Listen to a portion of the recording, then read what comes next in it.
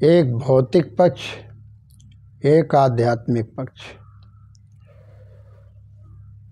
दोनों पक्षों की महती आवश्यकता है।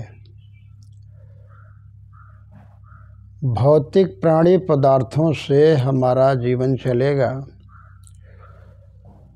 हमारी आर्थिक स्थिति मजबूत होगी, हमारा विकास और उन्नति होगी। जब भौतिक प्राणी पदार्थों की किल्लत होगी, दिक्कत होगी, आर्थिक स्थिति कमज़ोर होगी, तो हम चाहकर भी कोई कार्य नहीं कर पाएंगे। कोई कार्य करना हो तो उसमें भौतिक प्राणी पदार्थों की ज़रूरत पड़ती है। चाहे धर्म कार्य करना हो, चाहे राजनैतिक कार्य करना हो, पढ़ाई लिखाई और सत्संग, तीर्थ यात्रा, कोई भी कार्य करना हो तो उसमें अर्थ की ज़रूरत पड़ती है। बिना अर्थ के सब व्यर्थ हो जाता है। और लगभग सभी लोग यही रात दिन सोचा करते हैं कि हमारे पास मकान हो जाए, हमारे पास भौतिक चीज़ें खूब इकट्ठा हो जाएं, हम सुख से जिएं, खूब खाएं और खूब लोगों को खिलाएं। बहुत लोगों की सोच है कि हमारे पास धन काफ़ी हो जाए, काफ़ी हम उन्नतशील हो जाएं। तो ज़रूरी है कि हमारे पास धन हो, भौतिक चीज़ें हो, घर हो, बढ़िया मकान हो, व्यवस्था सब कुछ हो, कोई आ जाए, मेहमान आ जाए, कोई आ जाए तो हमारे यहाँ दिक्कत न हो रहने में, उसकी सेवा करने में। धर्म कार्य करने में भी हमें कोई संकोच न हो। हम ठीक से कोई सेवा आ जाए तो उसकी हम सेवा कर सकें, कुछ दान कर सकें, परोपकार भी कर सकें। जो स्वयं दुखी है, परेशान है, वह दूसरों की क्या सेवा करेगा, क्या देगा।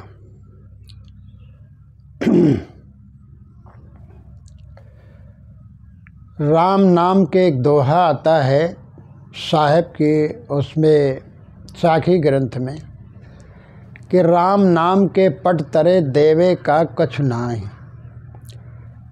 क्या गुर ले संतोष ये होश भरी मन माहि। गरीब भक्त सोचता है, साहब कहते हैं कि जो गरीब हैं, जो धनहीन हैं, जो हर प्रकार से तंग हैं, गरीबी से जूझ रहे हैं, चाहते तो बहुत कुछ हैं सेवा करने के लिए, देने की इच्छा तो प्रबल है, कुछ आगे करने की इच्छा तो बहुत बलवती है, लेकिन फिर आगे आता है कि हमारे पास मनी हो, हमारे पास अन्न हो, हमारे पास धन हो, तब हम कुछ और ज़्यादा कर सकें। तो किसी भक्त के यहाँ गुरु आ गए और वे जो कुछ बना भक्त ने सेवा सत्कार उनके किया, और जब तक गुरुदेव जी रहे तब तक उन्होंने आत्म कल्याण के लिए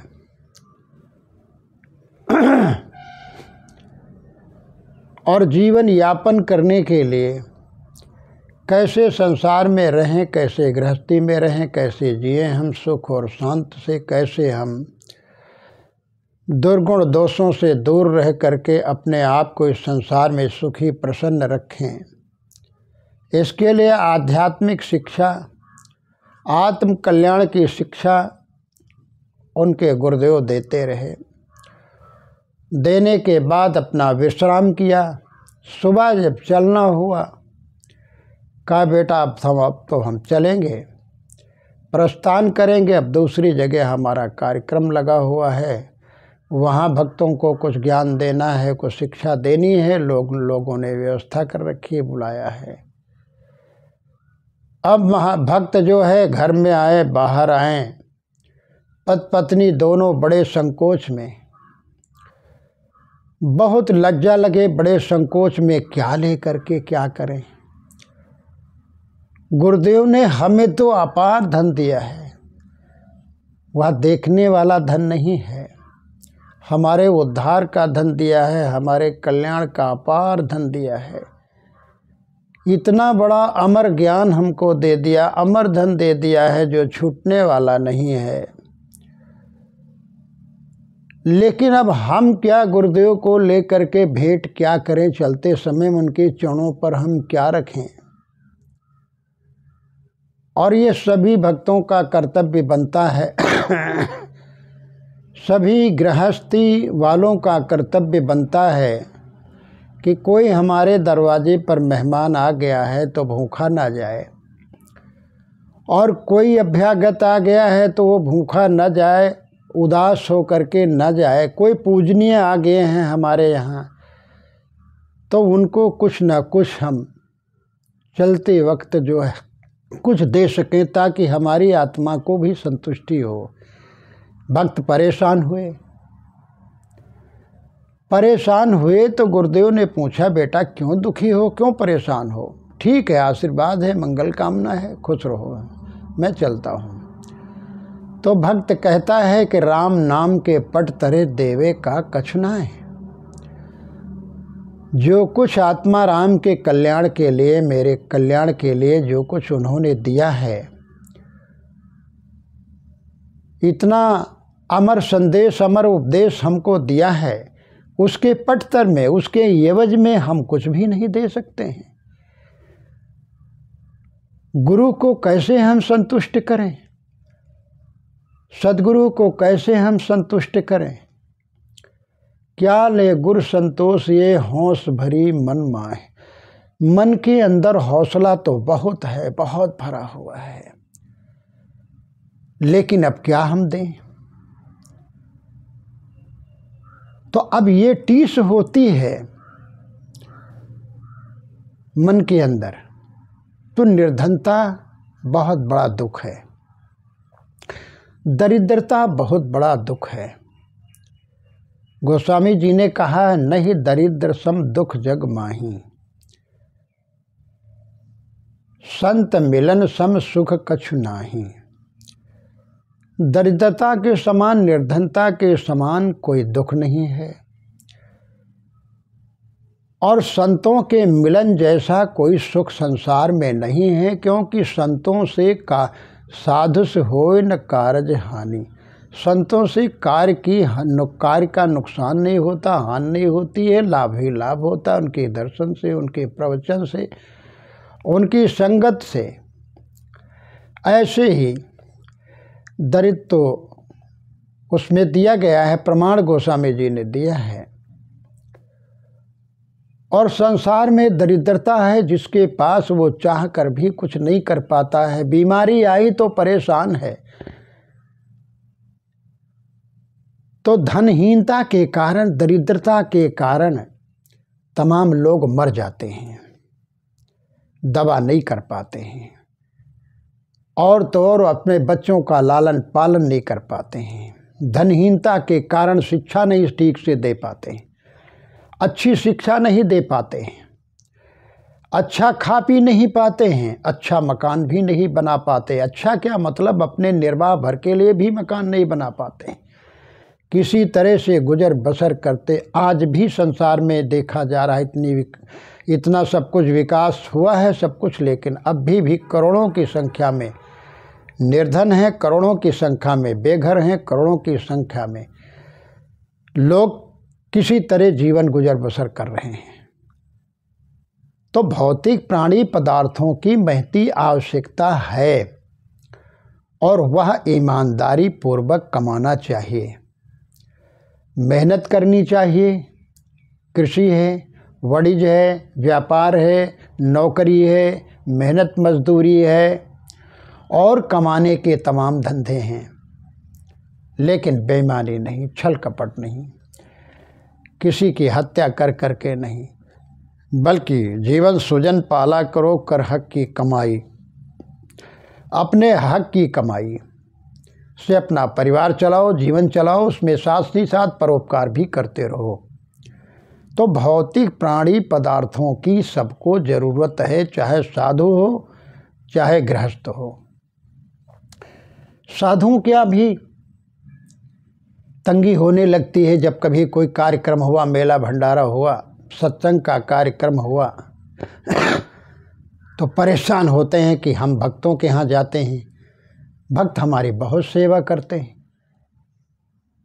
कैसे रखा जाए, कैसे इनकी सेवा की जाए, ये खिलाया जाए, वो पिलाया जाए, ऐसे रखा जाए, ये बिछा दिया जाए, वो गद्दा डाल दिया जाए, वो पलंग पोष डाल दिया जाए, वो तकिया लगा दिया जाए, ऐसे रखा जाए। हमको भले तकलीफ़ हो जाए, भक्त लोग ये चाहते हैं कि हमको तकलीफ़ हो जाए, हमारे परिवार को, लेकिन हमारे यहाँ कोई मेहमान आ गया, कोई साधु संत आ गए हैं तो इनको दुख तकलीफ़ न हो। लेकिन संतों के यहाँ जब आ जाएं तो संतों को भी सोचना पड़ता है कि इनको भी कष्ट न हो, दुख न हो, परेशानी न हो। जहाँ तक हो सके महात्मा भागे भागे फिरते हैं, सोचते हैं किसी को तकलीफ़ न हो, लेकिन भक्त उदार हृदय के होते सब निपटा लेते हैं। जहाँ जगह पाते हैं और कहते हैं आप तकलीफ़ न करें महाराज, सब निपट जाएगा, बढ़िया है। अरे कहाँ दर्शन मिलते, कहाँ ऐसी जगह में रहना मिलता है। हम तो तीर्थ में मानो आए हुए हैं। संतों का आश्रम और संतों का गुरुद्वारा है, वो महातीर्थ हैं, उनका ये भाव रहता है, संतों के दर्शन के लिए आए हैं। लेकिन फिर आर्थिक स्थिति से गृहस्थ ही नहीं जूझते हैं, साधु महात्मा भी जूझते हैं। वो चाहते हैं कि हम सेवा कर लें, संसार की सेवा करें, हम इतना विकास उन्नति कर दें, इतनी वाणी सदगुरु की मानवता परख हम और बढ़ा दें पूरे संसार में, ताकि मानव जात सुखी रहे और मानव जात ठीक से रहें, सब लोग ठीक से रहें। सर्वे भवन्तु सुखिनः की भाव लेकर के कि सब लोग सुखी रहें, प्रसन्न रहें, अभय रहें, किसी से भय न हो, किसी तरह का वैर भाव न हो, सब सुखी शांत से रहें। लेकिन आर्थिक स्थिति मजबूत न होने के कारण अपना संदेश जन जन तक पहुंचा भी नहीं पाते हैं, सबकी सेवा भी नहीं कर पाते हैं। धन से सेवा ही नहीं होती, वाणी से सेवा होती, सबसे सेवा की जाती। तो भौतिक चीज़ों की ज़रूरत है, हमें जीवन में होना चाहिए, उसके लिए मेहनत करना, नौकरी बड़े व्यापार करना और तमाम तरह के धंधे हैं वो करना, पाप रहित धंधे, कपट रहित धंधे वो करने चाहिए। ठीक है, भौतिक स्थिति मजबूत होनी चाहिए, आर्थिक स्थिति मजबूत होनी चाहिए, लेकिन निरा भौतिकवादी न बने। निरा भौतिकवादी बनेंगे तो तमाम विकार पैदा हो जाएंगे और भौतिक चीज़ों के लिए, प्राणियों के लिए रात दिन दौड़ा करोगे तो सत्संग छूट जाएगा, सतमार्ग छूट जाएगा, जीते जी शांति नहीं मिलेगी, अशांति रहेगी, बेचैनी रहेगी, तृष्णा बलवती होती चली जाएगी। साहब कहते आधी सो सूखी भली पूरी शोक संताप, जो चाहेगा चूपड़ी तो बहुत करेगा पाप। कितना बड़ा सावधान कर रहे हैं साहब कि आधी सो सूखी भली। कहने का साहब का भाव है कि इतना हो जाए कि जितने में हमारा निर्वाह हो जाए, दूसरे कोई आ जाए मेहमान, उनकी भी सेवा हो जाए, हम कुछ दान भी कर सकें, दूसरे का हित भी कर सकें, कुछ हाथ उठा करके दे भी सकें, चलो ठीक। और ज़्यादा तुम चाहना करोगे कि साइकिल है तो मोटर आए, मोटर है तो कार आ जाए, कार से तो और हेलीकॉप्टर आ जाए, फिर और कोठी और कोठी और कोठी। तो साहब कहते जो चाहेगा चूपड़ी, जो बहुत चिकनी चुपड़ी चाहोगे, बहुत ऐशो आराम चाहोगे, बहुत कुछ धन चाहोगे, वैभव चाहोगे, तो साहब कहते बहुत करेगा पाप। फिर हाथ पाँव मारोगे, लोगों को सताओगे, छलोगे, कपट करोगे, मिलावटबाजी करोगे और सब कुछ करोगे, जो ना करने योग्य कार्य कर डालोगे तो पाप बहुत करना पड़ेगा। इसलिए निरा भौतिकवादी नहीं बनना है, साथ ही साथ अध्यात्म की ज़रूरत है। इसलिए अध्यात्म से भी जुड़े रहो। भौतिक प्राणी पदार्थों की ज़रूरत है, उसके लिए प्रयासरत रहो, और अध्यात्म की ज़रूरत है, अध्यात्म से जुड़े रहो। आध्यात्मिक उन्नति, मान लो आपकी भौतिक उन्नति बहुत बड़ी हो गई लेकिन अध्यात्म से शून्य है, तो सत्संग नहीं है, संत दर्शन नहीं है, परोपकार की भावना नहीं है, मैं कौन हूँ, धर्म क्या है, कर्म क्या है, मेरा कर्तव्य क्या है, और इन दुखों से छुट्टी कैसे मिलेगी। इसमें जो मेरे शरीर के अंदर जो बोल रहा है, जिसके द्वारा वाणी निकल रही है, कौन है, ये सब चीज़ों का अगर बोध नहीं होगा, बंधन क्या है, मोक्ष क्या है, कल्याण क्या है, उसकी उपाय नहीं की गई, अगर अध्यात्म से नहीं जुड़े हैं, आध्यात्मिक विचारधारा से नहीं जुड़े हैं, तो बहुत बड़ा पाप हो जाएगा जीवन में, फिर नरक ही नरक है। इसलिए अध्यात्म से जुड़े रहने की महती आवश्यकता है। तो उन्नति, भौतिक उन्नति तो आपकी हो गई, और आध्यात्मिक उन्नति नहीं है तो भौतिक चीज़ों से बहुत बड़ा पाप हो जाएगा। बहुत लोगों को मैंने सुना है कि थोड़ी थोड़ी बातों में कटने मरने के लिए, मारने के लिए तैयार हो जाते हैं कि हम तुमको डरते नहीं हैं। 2-4 लाख नहीं सही, अब 2-4 लाख हैं तो इतना बड़ा अहंकार है। अध्यात्म से जुड़े नहीं हैं, आत्मबोध नहीं है, जो सत्य का बोध नहीं है, तो भौतिक जीवन में भौतिकता से बहुत बड़ा पाप हो सकता है। इसलिए अध्यात्म से जब जुड़े रहोगे तो भौतिक उन्नति करनी है, तो भौतिक उन्नति तो आप कर रहे हैं, लेकिन अध्यात्म से जुड़े नहीं हैं तो आत्मिक उन्नति नहीं होगी, आत्म विकास नहीं होगा।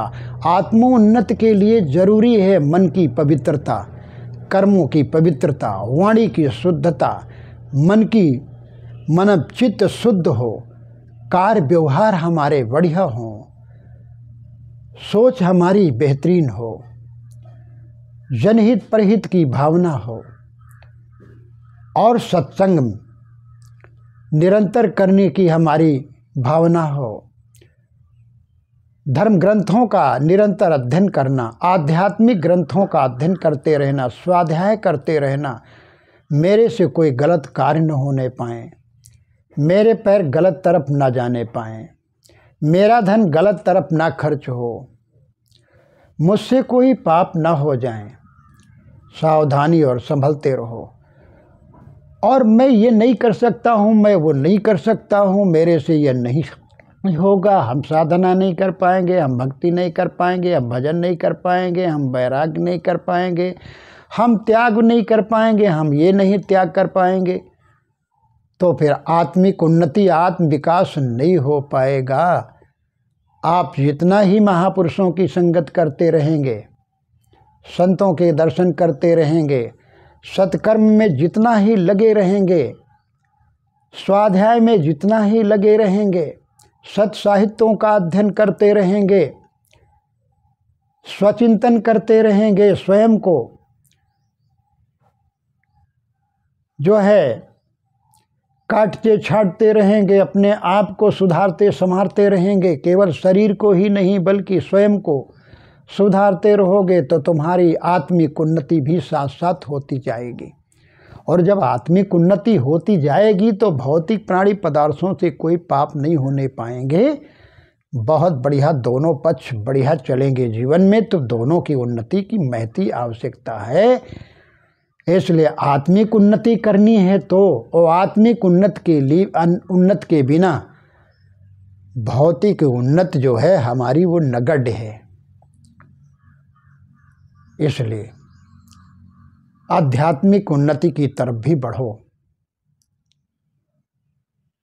बिना आध्यात्मिक उन्नति के, आत्मिक उन्नति के हमारा जीवन कल्याण में नहीं हो सकता, सुखमय नहीं हो सकता। कितने भौतिकवादी हैं, कितने भौतिक प्राणों प्राणी पदार्थों से लैस हैं, संपन्न हैं, लेकिन दुख से पीड़ित हैं, रो रहे हैं, परेशान हैं, हाय हाय भी कर रहे हैं। एक गुरु शिष्य, 2 महात्मा बड़े बुद्धिमान थे। गुरुदेव बहुत ज्ञानी थे, भ्रमण के लिए निकले हुए थे। तो जब भ्रमण के लिए निकले तो जा रहे थे, रास्ते में अपने भक्तों के यहाँ से प्रस्थान करते जा रहे थे, रास्ते में भ्रमण कर रहे थे। एक बहुत बड़ा बुद्धिमान और श्रद्धालु सेठ मिल गया। सेठ लोग धर्मात्मा होते हैं, बहुत सेठ धर्मात्मा होते हैं। उनकी सोच रहती है कि इतना हमने कुछ कमाया है, कुछ लाभ उठाया है, कुछ फ़ायदा हुआ है, भौतिक तरक्की बहुत बड़ी हमारी हो गई, हम कहाँ थे और कहाँ चले आए, इतनी दूर चले आए। तो लगता है कि मेरे पीछे कुछ पुण्य कर्म हैं, तब तो हम उन्नति कर रहे हैं। दौड़ते तो सब हैं, भागते तो सब हैं, खुशहाल होने के लिए, धनी होने के लिए तो सब परेशान है, लेकिन सबको कुछ नहीं मिलता है। तो मेरे को कुछ मिला है तो मेरे अपने कुछ पुण्य कर्मों के अनुसार ही हमें कुछ मिला हुआ है। तो वो सोचते हैं कुछ ना कुछ हम अपने कमाई का अंश दान करें, कुछ महात्माओं की और कुछ हम परहित में लगा दें, कुछ सेवा करें। तो महात्माओं को देखकर वो सेठ बड़ा खुश हो गया। सेठ खुश हो गया तो महात्माओं के चरणों में गिर गया, चरण स्पर्श किया, सिर रख दिया। महात्मा ने, गुरुदेव ने उठाया, कहा बेटा उठो, खुश तो हो ना, ठीक हो ना। सेठ खिलखिला कर हंसा, कहा भगवान आपकी कृपा है, आप सबकी संतों की, आप प्रभु की कृपा है, दया है, तो दुख कहाँ है, हम लोग खुशी हैं, ठीक हैं। एक विनती है, हाथ जोड़े खड़ा रहा। देखिए भक्तों का यही नेचर होना चाहिए। ये न होना चाहिए कोई संत महात्मा मिल गए, चलो बाबा आज हमरे यहाँ चलो, चलो महात्मा आज हमरे यहाँ, चलो महाराज हमरे यहाँ। नहीं, बड़ी विनम्रता के साथ में, नम्रता के साथ में, धन का अहंकार नहीं होना चाहिए। संत मिलन को जाइए तज माया अभिमान। माया का, जवानी का, रूप का, विद्या का, धन का, परिवार का, वैभव का, पद का कोई अहंकार न हो। सारे अहंकार जब जीवन में खत्म हो जाएं, पूरी विनम्रता आ जाए, मानो भक्ति उतर आई। तो इस तरह उसके कोई अभिमान अहंकार नहीं था। हाथ जोड़ करके तो महात्मा ने कहा क्या है? कहा प्रभु आपसे प्रार्थना, मेरे घर में चरण रख दें। कहा चलो। शिष्य ने कहा गुरुदेव बड़ी विनम्रता से कह रहे हैं, चलो इनके यहाँ आज थोड़ा ठहर लिया जाए। गुरुदेव ने कहा चलो बेटा चलते हैं। सेठ के यहाँ जब चले गए, सेठ ने बड़े आदर सत्कार के सहित अच्छा बिस्तर दिया, बैठाला महात्माओं को, गुरु शिष्य को। महात्मा पहली बार गए, बैठे, गुरुदेव बैठ गए। वो आया, प्रदक्षिणा किया, कुछ रख करके, फूल पत्ती चढ़ा करके, अगरबत्ती लगा करके आरती किया महात्माओं की, स्वागत किया और फिर अंदर चला गया। भोजन पानी की व्यवस्था करने के लिए महात्मा ने भोजन, अपना शिष्य ने भोजन बनाया। भोजन पा करके विश्राम करने लगे। सेठ ऊपर चले गए, महात्माओं से कहा चलिए महाराज जी ऊपर रहेंगे, विश्राम आज करना है आपको, जरूरी दया करनी है। महात्माओं ने कहा ठीक है। तो महात्मा जब दोनों गुरु शिष्य सोने लगे, जब विश्राम करने लगे, शाम के टाइम भोजन करने के बाद, दोपहर के बाद विश्राम करने लगे, शिष्य कहने लगा भगवान गुरुदेव ये देखो कितने सुखी हैं, इतने संपन्न, ओहो मानो हम स्वर्ग में आ गए। इतना साज सज्जा, इतनी बढ़िया, चारों तरफ खुशबू आ रही, महक आ रही है, और इतने ये प्रसन्न हैं, खुश हैं दोनों प्राणी, इतने जो है तो बहुत खुश हैं, बहुत मानो ये स्वर्ग में निवास कर रहे हैं। ओहो इतना बड़ा वैभव। तो गुरुदेव कुछ नहीं बोले। शाम को जब शाम हुई तो गुरुदेव ने कहा, भाई आप तो बहुत सुखी हैं, बहुत प्रसन्न हैं, आप तो स्वर्ग में रह रहे हैं। बिल्कुल। तो पति पत्नी कहने लगे, प्रभु मुझसे दुखी संसार में शायद कोई हो। कहा, अरे क्यों, आपके पास धन तो है। अरे कहा महाराज, मकान तो ये नहीं, 2-3 मकान बने हैं शहर में, कई शहरों में मकान बड़े बने हैं, दुकानें बनी हुई हैं, मिल भी चलते हैं, कारखाने मेरे चलते हैं, सब कुछ है। लेकिन रात दिन कीड़े की तरह हमको चिंता काट रही है, दीमक की तरह हमारी जिंदगी को चाट रही है चिंता। कहा, क्या चिंता है? कहते कहते रोने लगे, फपक पड़े दोनों प्राणी। कितनी अवस्था आ गई, इतना वैभव है, इतना धन है, इतना हम धन से संपन्न हैं, फिर भी कोई संतान नहीं है। प्रभु क्या करें, हजारों उपाय हम कर डाले, डॉक्टर बाकी नहीं रखे, और ओझा सोखा वैद्य वगैरह हम कुछ बाकी नहीं रखे। करोड़ों रुपया हम खर्च कर दिए, लेकिन कोई संतान नहीं हुई। इसके लिए हम रात दिन दुखी हैं। महात्मा ने कहा, बेटा दुखी न हो, साफ सुथरा हो, बढ़िया हो, कोई बात नहीं है। नहीं संतान है तो कोई बात नहीं है, चिंता न करो, चिंता मुक्त रहो, भजन में लगो, भगवान का सद्गुरु का भजन करो, ध्यान करो, साधना करो, चिंता न करो। महात्मा वहाँ से जब विदा हुए, चल दिए, तो आगे जब गए, उनके घर से निकलकर जब बाहर पहुँचे रास्ते में, तो शिष्य से कहा, देखा तुमने वो स्वर्ग में रह रहे हैं कि नरक में? कितना जीवन उनका, भौतिक प्राणी पदार्थ उनके पास बहुत है, वैभव बहुत है, लेकिन कितना चिंता में डूबे हैं, कितना वो गल रहे हैं, रात दिन दुख से पीड़ित हैं, रो रहे हैं। हम तुम कभी रोते हैं? केवल लंगोटी है, कमंडल है, चला एक है, एक बिछाने के लिए चादर है, बस बेटा। तो हम तुम हंसते मुस्कुराते जा रहे हैं, बढ़िया भजन करते हैं, भक्ति करते हैं, और ये देखो कितने धनवान हैं, कितने वैभवशाली हैं, और फिर भी रोते हैं, कितना बड़ा दुख है।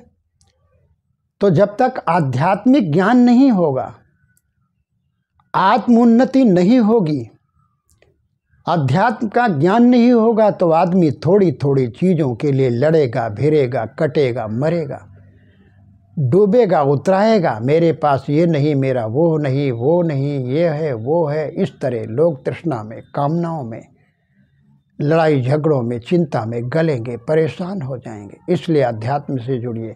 कितने लोग थोड़ी थोड़ी बातों में, अपने ही धन संपदा में, अपने ही वैभवशाली मकान में फांसी लगा लेते हैं। क्यों?